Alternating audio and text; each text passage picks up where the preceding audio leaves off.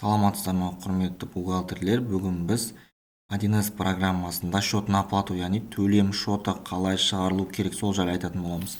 Жалпы счет на оплату қай кезде беріледі? Мысалға, сіз товарды сатайын деп жатқан кезде, товарды сатпас бұрын, немесе қызмет көрсететін болсаңыз, сол қызметті көрсетпес бұрын алдын ала счет на оплату жібересіз. Егер сатып алушы тауарыңызды сатып алмай тұрып алдын ала сізге аванс төлейтін болса, онда сол счет на оплатуға қарап төлейді.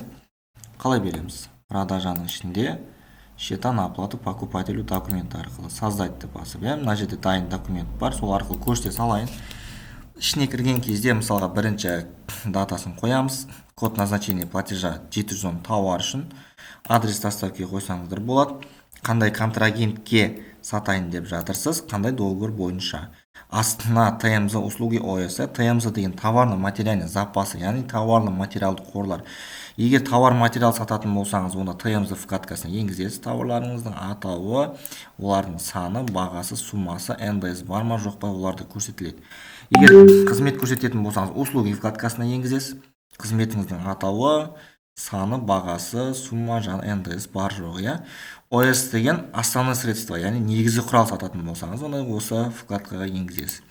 Одан кейін записайтты басып, печатьты басып, счет на оплату шығарсаңыздар болады.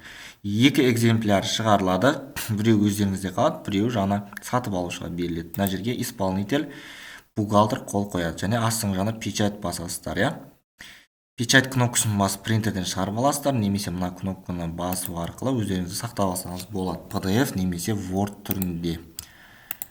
Бүгінгі ақпарат сіздерге пайдалы болды деп ойлаймын. Келесі кездескенше сау саламатта болыңыздар.